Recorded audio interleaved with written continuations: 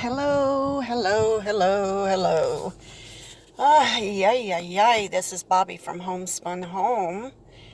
I am sitting here in Beaufort, North Carolina, in front of the courthouse. I have to be in court today at 11 o'clock, so I am early. It's not quite 10. I actually left the house this morning around, I don't know, around 8:30ish, give or take.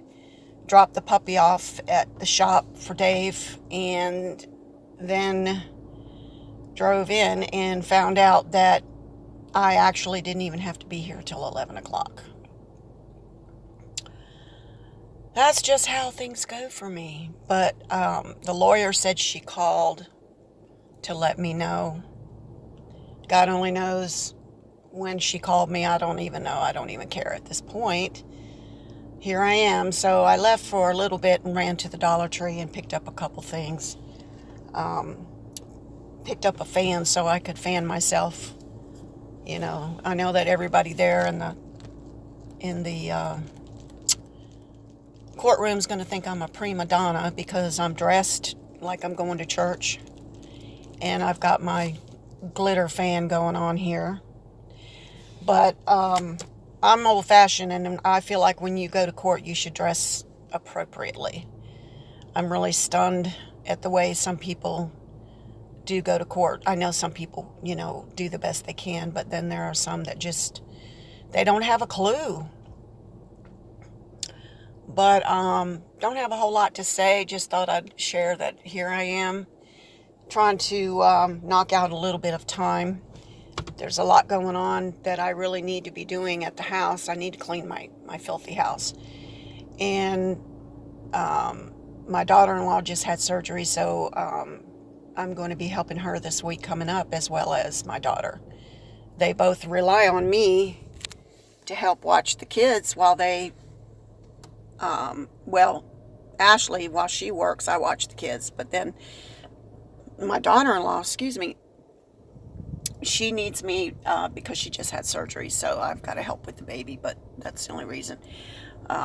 Basically, she has a babysitter for the baby. She does real estate, but that's fine.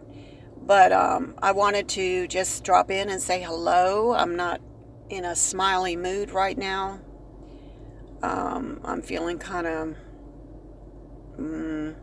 I don't feel bad, I just feel kind of so-so. It's really hot out there. Humidity is horrible. You just step outside for 10 minutes and you're soaking wet with sweat and humidity. It's just terrible, terrible, terrible. But that's how it is in North Carolina in the summertime. But Sunday was a good day. I know today's Tuesday, but Sunday we went to church, and I was able to actually go to a little indoor garage sale that a lady had. And our trying to find the place where she lived, about 4 houses down, she said, from her church where she attends service. We pulled up in the driveway, and I noticed a lot of the homes on that street were very, I don't know, I thought the little homes were cute myself, but it was obvious that most of the little homes on that street were for people that maybe couldn't afford to pay maybe a lot of rent for a place to live, so to speak. And from what I could tell, it was predominantly Hispanic community. But what's funny to me is that my son-in-law is full-blooded Hispanic. He is from Monterrey, Mexico, so 2 of my grandkids are half Hispanic. But what was uncomfortable just a little bit, because I'm kind of learning how to deal with it, me and this lady had discussed, how to get up with each other, and she made the comment that the area surrounding her house where she lives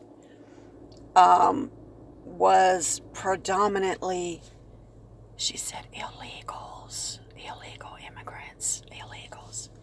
And she whispered it. Well, if it was a nice thing, even though it's true, okay, I know it's true.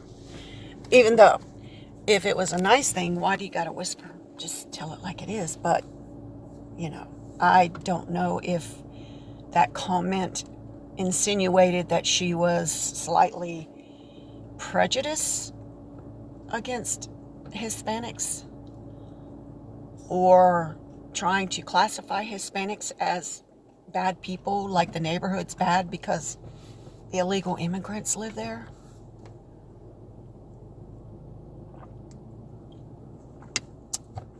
I'm not really sure what. I felt like that comment was kind of loaded. And I've had to deal with that kind of stuff quite a bit here, especially in North Carolina. But I just pulled out my phone and I said, I want to show you a picture of my grandkids. And of course, they're Hispanic, so it was a picture of my Nevaeh and Jordan. And I thought, well, if she sees the picture, maybe she'll recognize that there's some Spanish blood going on there, and she'll kind of be careful what she says. And I knew before she said it, that's what she was going to say. You know how you can tell when somebody's getting ready to say something and you're like, really? Or did she just say what I thought she said? I deal with that all the time. So, to me, love is blind. And my daughter has 2 beautiful children as a result of her union with this Hispanic boy. And he's a man. And he works like a dog, and he loves his family, and he's just trying to make a better life. And he is trying to get the legalization thing going on, so he's doing the best he can. But oh my God, the way people do nowadays just blows my mind. Because we have a melting pot going on in our society, and you're going to offend somebody if you are race-oriented. You need to be colorblind in this day and time. You cannot focus on race and culture to the, aspect of being negative. It has to be neutral or positive, because you're going to get somebody upset. And you might get the wrong person upset, and no telling, what could transpire as a result. But I have learned somehow, unless it's really ugly, I had a couple guys come through. I was working in a Dollar General as third key, and we had a literacy fund for people who did not know how to read. And we would encourage the customers to drop a little bit of change here and there in the literacy fund container. And these 2 fairly well-to-do guys came in, and where I live, we live on, in eastern North Carolina, Atlantic Beach side. And there are a lot of fairly well-to-do people, I guess you could say, that come from certain areas down the main highway there, and they stop in and pick up little supplies here and there at the store, even though it's a low-end store. And so I'm bringing these 2 guys up, and I could tell they had a little bit of money. They're wearing the Sperry, boat shoes, and the khaki pants, and the, the crisp pressed, tennis shirts with the little emblems and all that. You just, name brand everything. And I asked the guy if he'd like to contribute towards the literacy fund with his little bit of change. And he looked up at me and he said, why? So we can teach them how to speak English or how to read English. And he said it with a little cocky attitude. And I kind of was like, oh my God, I'm on the clock. So what am I supposed to do? I'm an employee, and I cannot, exaggerate my attitude and lash out.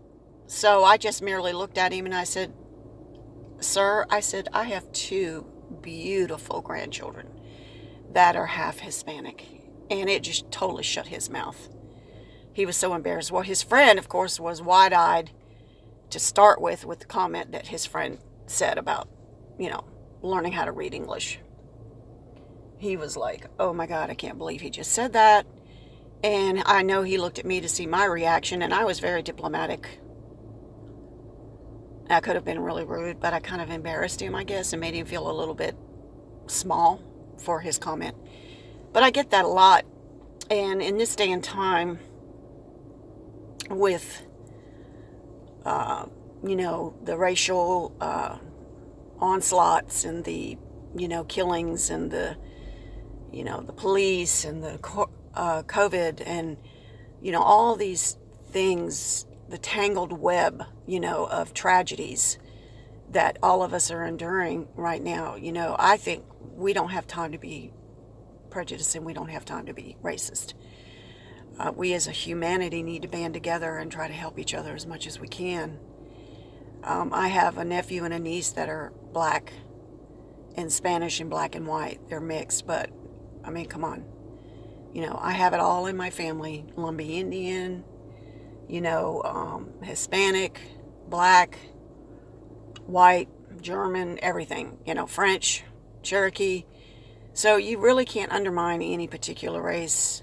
We all contribute to this earth accordingly, and God made us unique. And we all have something to offer, that's for sure.